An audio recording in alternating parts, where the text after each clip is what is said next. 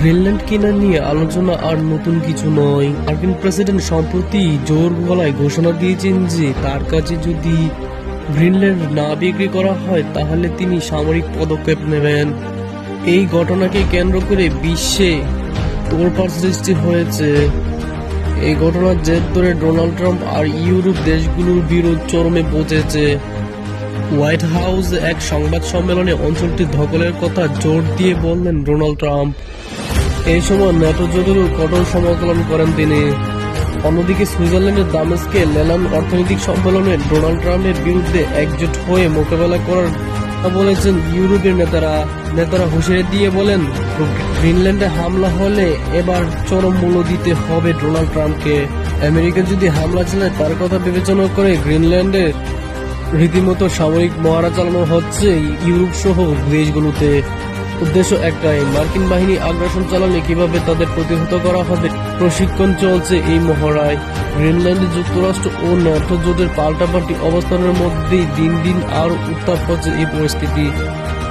এদিকে ট্রাম্পের হুমকি মোকাবেলায় এরই মধ্যে ওই অঞ্চলে নিরাপত্তা জোরদারে গ্রিনল্যান্ডে সেনা মোতায়েন করেছে ডেনমার্ক। থেমে থাকেনি ট্রাম্প প্রশাসন।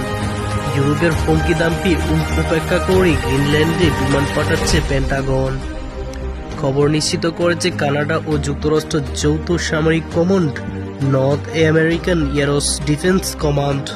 গ্রিনল্যান্ড পৃথিবীর বৃহত্তম দ্বীপ এবং এটি উত্তর ইউরোপের মধ্যবর্তী অঞ্চলে অবস্থিত। ভৌগোলিক এটি অ্যান্টার্কটিকা অঞ্চলের অন্তর্ভুক্ত। গ্রিনল্যান্ড আয়তনে প্রায় 21,64,086 বর্গ কিলোমিটার। ভৌগোলিক অবস্থানের জন্য যুক্তরাষ্ট্রের কাছে খুবই গুরুত্বপূর্ণ একটি অঞ্চল।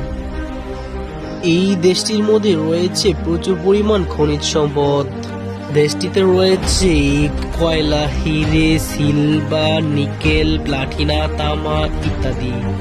আরও রয়েছে পৃথিবীর সবচেয়ে দামি খনিজ সম্পদ ইউরেনিয়াম, যা পারমাণবিক অস্ত্রে বানাতে প্রধান হাতিয়ার।